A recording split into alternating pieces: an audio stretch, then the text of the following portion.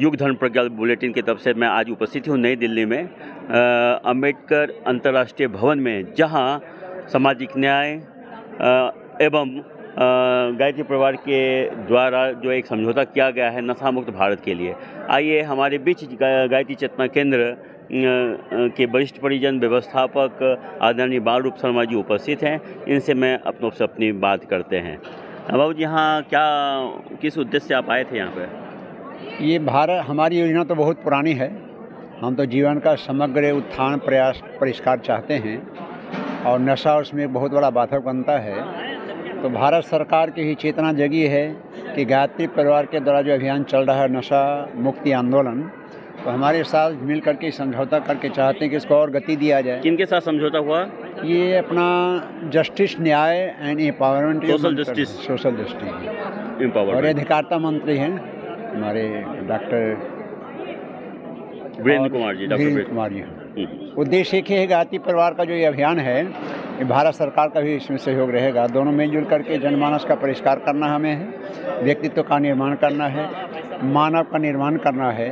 और नशा इसमें बहुत बड़ा बाधक है। व्यसन मुक्ति से ही आदमी को ऊंचा उठा सकते हैं। तो इसके लिए है कि व्यसन कई तरह के हैं, खान पान का भी है, विचार का भी है, गंदा चीज़ सोचना, गंदा चीज़ सुनना देखना, उन सबों को परिष्कार करना है, उन सबों का उन्मूलन करना है। तो गुरुदेव का अभियान तो 1953 से चल रहा है। ये गुरुदेव का अवतार इसीलिए हुआ है कि हम व्यक्ति को बुराइयों से कैसे मुक्ति देना।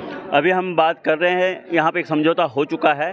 सरकार अपने स्तर से प्रयास कर रही है, लेकिन सरकार अकेले नहीं ये काम को कर सकती है। बहुत सारी एनजीओ और सामाजिक संस्थाएं इस काम के लिए आगे बढ़ रही हैं। यदि सामाजिक संस्थाएं और भारत सरकार दोनों मिलकर के इस अभियान को आगे लेकर के चलें, निश्चित रूप से हमारा भारत जो है समर्थ और सशक्त बनेगा।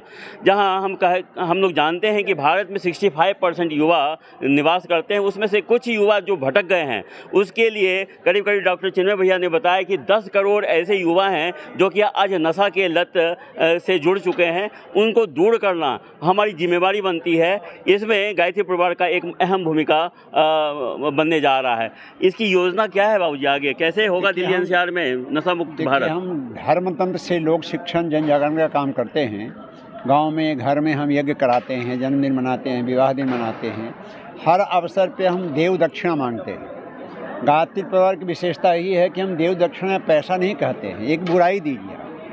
अपने जीवन को ऐसा बनाए जिससे आपका जो व्यसन में खर्च हो रहा है वो सृजन में लग जाए, आपका ही निर्माण हो और बच्चों का ही संस्कार अच्छा हो।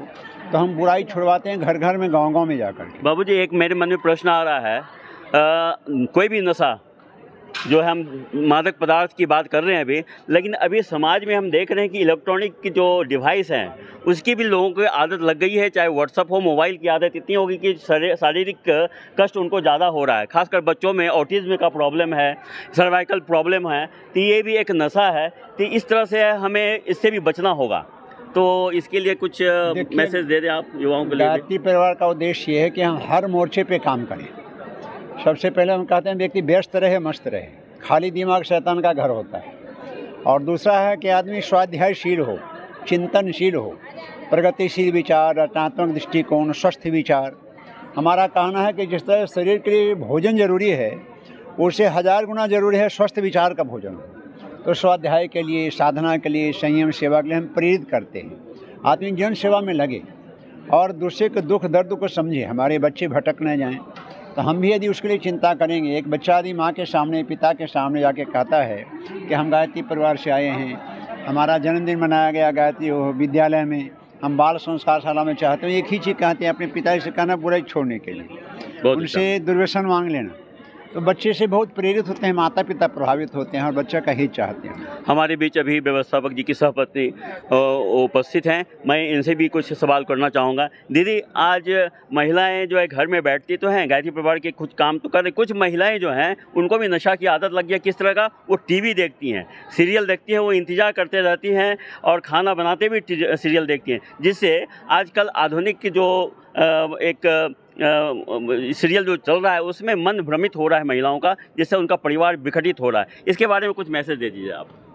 तो बहनों को अपने सोचना चाहिए है ना क्योंकि नारी जो होती है वो घर की शक्ति होती है और नारी ही बच्चे को निर्माण करती है। अगर माता ही है अज्ञान तो बच्चे कैसे बने महान। तो अगर माँ टीवी देखेगी तो बच्चे तो स्वाभाविक देखेंगे। तो इसलिए हमारी बहनें की यही है कि टीवी से अपना दिमाग हटाएं और अच्छे काम में लगाएं, स्वाध्याय करें। मान लो हम खाना बना रहे हैं तो मंत्र बोलें, कोई भी गीत गुनगुनाते रहें। तो टीवी के जो जिसको आदत होता है नहीं तो बहुत बहनें ऐसे, सभी बहनें नहीं हैं, बहुत बहनें ऐसे भी हैं कि टीवी नहीं देखती है, समाचार तक नहीं सुनती है। वो अपने का व्यस्त रहती है। गुरुदेव का नारा है ना, मस्त रहो व्यस्त रहो, तो वो व्यस्त रहती है, मस्त रहती है। देखिए, बात निकल कर के आ रही है परम पूज्य गुरुदेव वंदनीय माता जी का जो उद्देश्य है, व्यक्ति में देवत्व का उदय, धरती पर स्वर्ग का अवतरण, विचार क्रांति अभियान। हम अपने विचारों के माध्यम से युवाओं तक पहुँचे, महिलाओं तक पहुँचे, युवतियों तक पहुँचे। अब वक्त आ गया है 21वीं सदी उज्जवल भविष्य का, और 21वीं सदी उज्जवल भविष्य दिखने लगा है। निश्चित रूप से युग परिवर्तन होकर रहेगा। गायत्री परिवार एक माध्यम बन रहा है, भारत सरकार सहयोग कर रही है। निश्चित रूप से हम अपने लक्ष्य की ओर आगे बढ़ेंगे। आपका बहुत बहुत धन्यवाद।